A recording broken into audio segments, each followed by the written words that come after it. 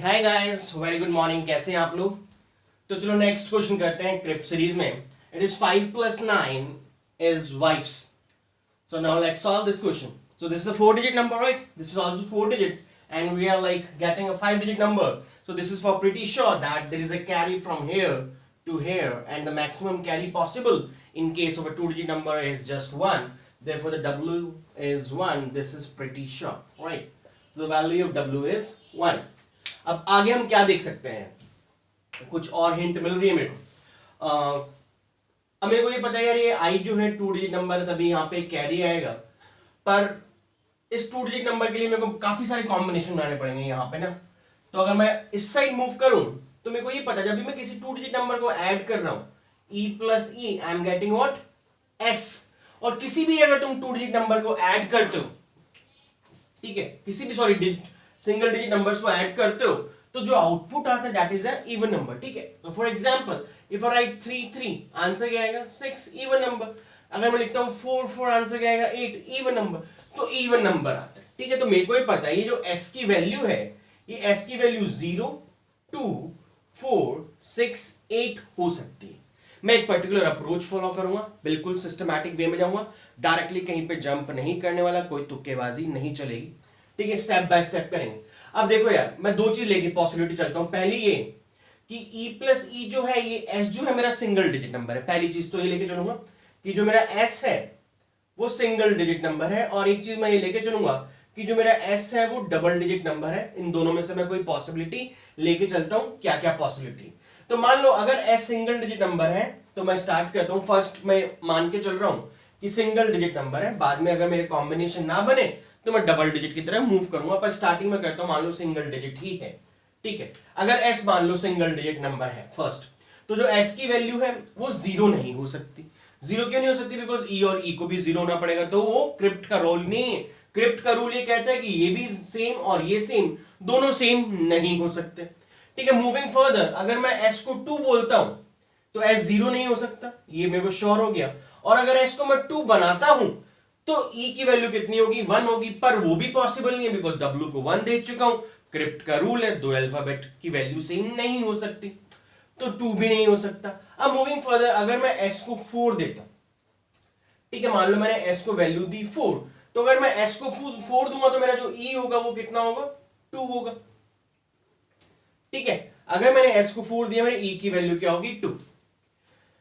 Now अब यहां पे मैं आ जाता हूं, V + N = 2। अब ये 1 1 तो हो नहीं सकता, नंबर तो सेम नहीं हो सकते, यानी कि मैं ये कह सकता हूं ये मेरा 2 डिजिट नंबर और यहां से यहां पे कैरी जनरेट हो रही है। ठीक है, कोई बहुत ही ऑब्वियस सी बात है, अगर यहां पे 2 है, ये 1 1 तो हो नहीं सकता। ठीक है, ये 1 1 अगर नहीं हो सकता तो मैं ये कह सकता हूं ये 2 डिजिट नंबर है, ये 12 है, तो आगे एक कैरी आएगी। अब मैं 12 के कॉम्बिनेशन बनाने स्टार्ट करता हूं। ठीक है, अब 12 के कॉम्बिनेशन देखो, स्टार्टिंग से ही चलेंगे। 12 के कॉम्बिनेशन कौन? अभी मैंने क्या कह दिया? E की वैल्यू मैंने रखी है 2, और मेरे S की वैल्यू कितनी है 4, और कहीं पे E है ऐसे नहीं। ठीक है, अब मेरे को बनाना है, मेरे E की वैल्यू कितनी है? 12। कौन कौन से कॉम्बिनेशन बन सकते हैं? ठीक है, और क्योंकि यहां पे कोई कैरी नहीं है यहां से यहां पे, तो 12 के स्ट्रेट फॉरवर्ड कॉम्बिनेशन बन रहे हैं। अगर मैं पहले मान लूं, एक 3 9 बन सकता है। ठीक है, एक बन सकता है 9 3, कोई प्रॉब्लम। इसके बाद एक बन सकता है 4 8, और एक बन सकता है 8 4।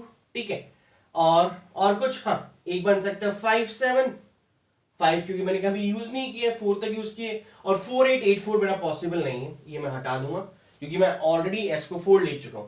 एक बन चुका है, बन सकता है 5 7, और एक बन सकता है 7 5। इसके बाद कोई कॉम्बिनेशन 6 6 का कॉम्बिनेशन बना नहीं सकता, दो नंबर सेम नहीं हो सकते, बाकी कोई भी आएगा तो इन्हीं में ही आ जाएगा वो। चलो अब पुट करते हैं स्टार्टिंग से। 3 9 पुट करके देखते हैं, जब S की वैल्यू मैंने 4 ली, और ये मेरा V है और ये मेरा N है, हम सारे कॉम्बिनेशन ट्राई करते हैं। तो let's put 3 9। Now let's suppose if I put V as 3, N as 9, I am putting V 3 and N value as 9, right? So E is 2, there is a carry and we are getting V 3। अगर यहां पे मेरे को 3 चाहिए यार, और तुम सोचो एक कैरी है, तो अगर एक कैरी यहां पे 3 चाहिए तो क्या क्या पॉसिबिलिटी हो सकती है? एक पॉसिबिलिटी तो ये हो सकती है कि ये 12 होता, पर ये देखो आई है, ये सेम है, तो नंबर सेम होना चाहिए। तो अगर नंबर सेम है तो ये i की वैल्यू 6 हो सकती है, और मैं मान सकता हूं एक कैरी फॉरवर्ड आया है, ये पॉसिबिलिटी हो सकती है बिल्कुल, that the value of i is 6। अगर मैं इसको 6 मानूं और एक कैरी आया तो v की वैल्यू 3 मेरी बन सकती है। अब i यहां पे 6 आया है और n की वैल्यू कितनी है मेरी 9 है, तो f की वैल्यू, और यहां से भी एक कैरी जनरेट हुआ है, ठीक है, यहां से भी एक कैरी जनरेट है, तो अगर इसको 6 तो ये 16 होना चाहिए। 16 के लिए क्योंकि यहां से कैरी जनरेटेड है, इसको होना पड़ेगा 6, पर 6 मैं ऑलरेडी आई को दे चुका हूं, ठीक है। देखो यार यहां से कैरी आ रही है, f अगर 6 होगा तभी तो 15 होगा, और एक कैरी आएगा तो i 16 होगा, तो यानी कि ये पॉसिबिलिटी नहीं है मेरे पास, तो मैं 3 9 नहीं ले सकता। आगे मूव करते हैं, ऐसे स्टेप बाय स्टेप चलेंगे हम, क्या क्या कर सकते हैं क्या क्या नहीं कर सकते। तो ये पॉसिबल नहीं है कि इसकी वैल्यू 3 और 9। अब मैं 9 3 ट्राई करता हूं, अगर मैं वही 9 रखूं यहां पे, n की वैल्यू 3 रखूं, 9 3 ट्राई करूं, 9 3 12, एक कैरी आएगा, ये v की वैल्यू कितनी है 9 है। अब यहां से एक कैरी है, v की वैल्यू 9 है, तो i की वैल्यू तो 4 ही हो सकती है, 19 तो हो नहीं सकती। 19 के लिए 9 9 चाहिए, 9 में ऑलरेडी दे चुका हूं, ठीक है। तो ये 9 अगर है तो ये 4 4 होगा, 4 4 में 4 ऑलरेडी मैं इसको दे चुका हूं, तो ये पॉसिबल नहीं है। तो यानी कि मैं कह सकता हूं मेरा 3 9 और 9 3 का कॉम्बिनेशन भी नहीं बन सकता। आगे मूव करते हैं, 5 7 7 5 का कॉम्बिनेशन ट्राई करते हैं।